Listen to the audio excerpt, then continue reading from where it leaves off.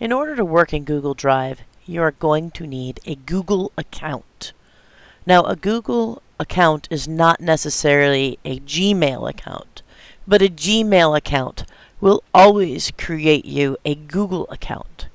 If you would like a new address, you can follow mostly the same procedure to make a brand new Gmail and Google account, or you can use an existing address with any email provider, whether it's your own internet service provider or your work or your school or even Yahoo or Hotmail. You can make Google accounts using those email addresses, and you will get notices regarding your files in your Google Drive at the email addresses you're choosing. In this video, I'm going to show you how to create a new account using your existing email that is not from Google. So you can go to accounts.google.com and do this, or you can try to enter Drive. It'll ask you to sign in, and then of course you'll need to create a new account. So when you try to sign in, if you don't have an account, you'll have to click on this link down here that says Create an Account, which takes us to this page which asks some information about us. Go ahead and put your name in here. Now, choosing your username is what you would do if you were going to create a new Gmail account. Remember, Gmail is a service provided by Google. If you have a Gmail account, you get all of the Google services as well, including a Google account. If we want to use a current email address that is not a Google account, we click on that link and we enter the email address that we want it to use.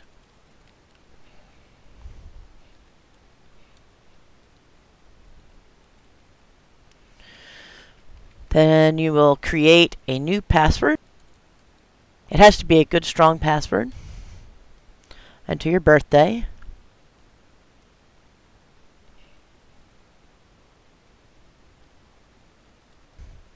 You may enter a gender, choice of male, female, or other. Mobile phone. This is an optional entry. I encourage people to do this because Google's not going to send you spam at your phone. They're not going to text you unnecessarily. But this is used if you forget your password. You can retrieve it. You can set your settings so that every time you log in, Google sends you a text and it gives you a code to log in if you're worried about people getting into your account. So you can have super secure Google account this way. At a minimum, this feature allows you to have an easy way to restore your email address. Sometimes these numbers can be very hard to read. They'll give you a picture, you have to read the number, enter the number here, or you can skip this and they'll just text you and send you a code. You can select your appropriate location. I'm in the United States. I encourage you always, whenever you sign up for something, whether it's free or paid, that you read the terms of service here, which kind of sets forth everything that you're agreeing to by taking this service from Google. You also have a privacy policy that you should read.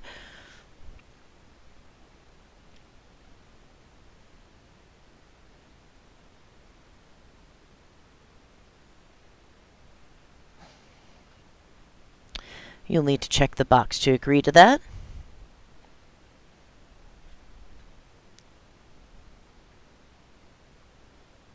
Here, Google will ask you to verify your email address. So you're going to need to go to wherever you get your email and click on the link that comes in that email. When you first get started, Google might ask you to review your security settings. Now, when you are in any Google product, you will find these 9 squares somewhere up towards the top. And from these 9 squares, you can go to any other Google product. And here we can see 9 of the most common. Google Plus, searching in Google, YouTube, Maps, Google Play, News, Gmail, Drive, and Calendar. I'm going to click the Drive icon to proceed to Google Drive using my account. Now, Google is welcoming me to the new Google Drive, and you can page through this particular advertising to let you know you can learn a little bit more about Google Drive here on YouTube. I'm going to tell it to go ahead and take me to Drive. Now, you might be working with somebody who is using a different version of Google Drive. If you watch my examples, Google Drive is going to look like this. So this particular account, when I set it up, has given me the new Drive. If you've had a Google account for a while and you're just logging into this, you might still have the old Drive. And to get to new Drive so that your interface looks like my interface with the same names and everything, you want to go to this gear that says Settings. It should say something about Explore the new Drive or Switch to new Drive, and you're going to want to go to that. I can't actually make this account go back to the old Drive. But for a moment, let me open up a different Drive so that we can see if your Drive looks like this, where you have a Create button and this up arrow.